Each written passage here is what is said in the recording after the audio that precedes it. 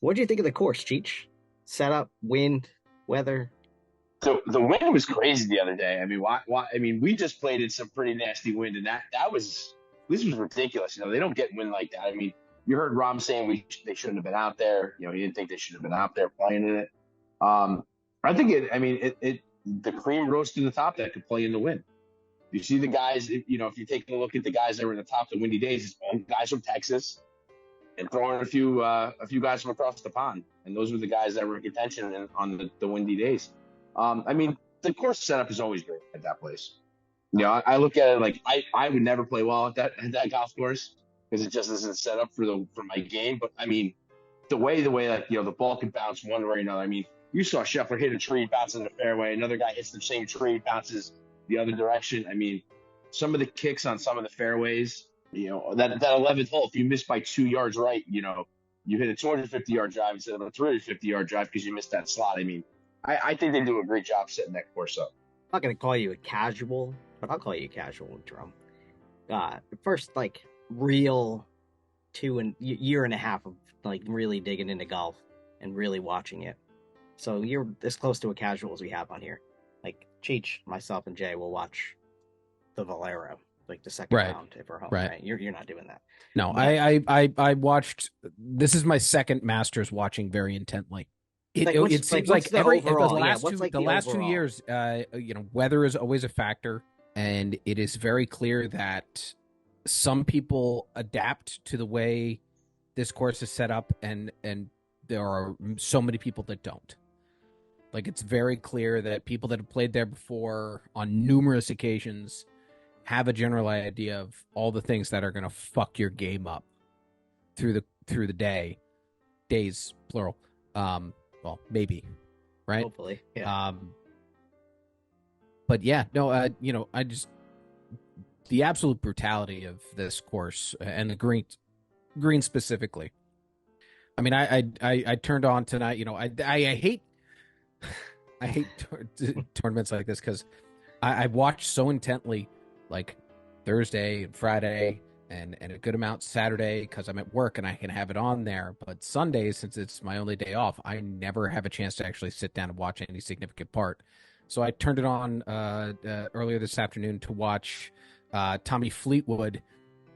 Completely, I'm like, what is he doing? And he putted completely cockeyed. Oh, that was a great putt. Right? It goes down to the right and then it catches that little rift and then starts going back towards the hole. And I was like, who fucking makes these greens?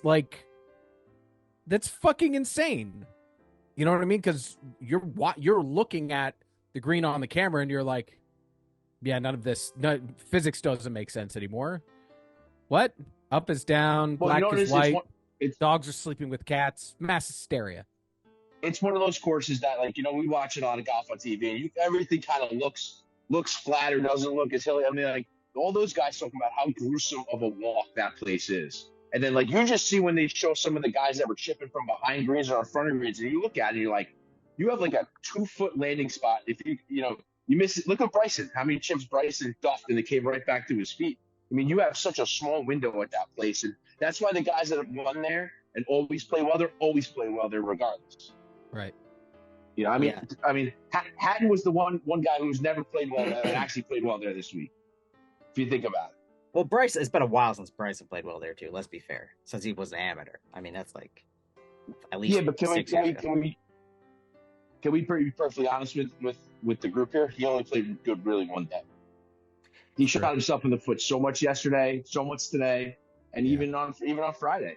You could probably say that about everybody except for Scotty, though. You know what I mean? If you went back and looked, there were not low scores on Friday. On Thursday afternoon, there were no low scores.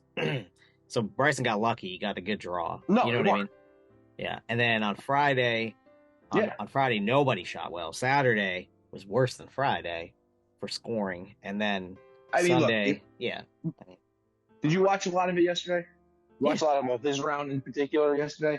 Bryson's round? The amount of putts that he... did he three? Yeah, how many poles did he three putt on the backside yesterday? Well, if you watched on Thursday, it's very unlike him. If you watched on Thursday, and they even made mention of this on the ESPN Plus broadcast.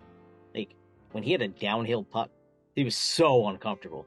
Like he was leaving downhill putts short. Oh, I mean, he was hitting putts that like he was leaving 4-foot downhillers short. You know what I mean? Even back on Thursday when he was playing well. So you knew eventually that was going to happen. But that's fair, right? Yeah. The other side of that coin is if you don't leave it short and it goes long, it goes long. Wait, I mean, there's a few times where it'll roll right off the green and into the fucking water if it gets too much speed.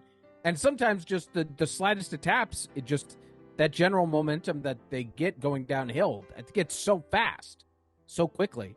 Like I get it. I mean, Aaron, if he has a day on the green yesterday, when he played with Holman yesterday, if he had a day on the greens like Holman did, knock everything within 2 feet and make it, you know, I mean, how many did he send by?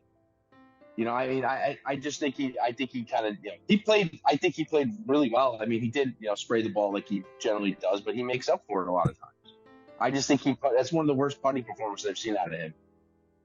Yeah, only like I think 8 or 7 players broke par for the entire 4 rounds. So let's not talk like he played poorly. Yeah. I'm not. But he didn't play as well as he could. And we all know this. I don't know though. You know? I mean, this was a different type of Augusta. The wind was crazy, and he seemed to have gotten lucky with his draw, and like he got some breaks too. You know, he made like 50-footer for birdie the other day, and like I don't know. This is just not a course that is as straightforward as hit the fairways, hit the greens, make the putt. That's not Augusta. And we saw that. That's how Tiger made the cut. I mean, Jay's here, Tiger's biggest fan on the show. Yeah. But that's how he made the cut. He didn't even attempt to put a ball on the green. He just laid up on every par 4 that was longer than like 410 yards because he wasn't hitting, you know, he wasn't hitting any short irons into greens or long irons into greens, mid irons into greens. Because he wouldn't have been able to hold the ball. It's also very safe to say that those that get lucky on shots, that luck doesn't last for very long. You have to take it for what it is and not expect, you know, happy accidents to continue happening, considering how unforgiving the course has been for so long. All right. Elephant in the room. Tiger Woods. Going to be dead fucking last in every single major for the rest of the year? Or what's up? What's going on with him, Jay? You're a Tiger guy. I think Masters was his best chance. He's won the most there, and that's like his home course if you think about it, right? Everybody always says Tiger is the Masters guru, right? Him and Jack. I don't think he's going to fare any better on any other major going forward. He might make one more cut out of the 4. It's being nice. Although we can all agree that it is a very hilly course, a very strenuous course to walk. That may have, you know, added to his, because he played well the first 2 days. He did stay at +1 after the second round. I mean, that's not too bad. And then just to blow up, what do you end up with, like 16 over or something like that? 82 on Saturday, 80 on Sunday, 162 something like on that. the Yeah, I weekend think it or was something like that. +16. That's pretty bad. But I mean, it takes a lot out of you when you could barely walk, you could barely move. You know, we could sit here and say blah blah blah, but you know, the guy's fused from head to toe. I mean, his good days are behind him. A couple things that came out of it on today. If you were paying more attention to the golf than the other stuff, and I was paying more attention to the other stuff. Phil Mickelson said, "Yeah, if 72 holes is something that's going to happen, it's going to happen. I don't care about live." And then there's a rumor floating about that Greg Norman, shouldn't say Greg Norman, but that Greg Norman told Yasser to pitch to Tiger in the Bahamas a live versus PGA event in the Bahamas in December. And that apparently Jay Monahan has already given the go-ahead to if you're selected by the PGA Tour to play. Teaser for next episode, which we'll get out to you later on this week. We'll go over the rumors about 72 holes, PGA versus live thing, and we will break down the ugly side of the live performance at the Masters. So that's all we got. Let's get the fuck out of here.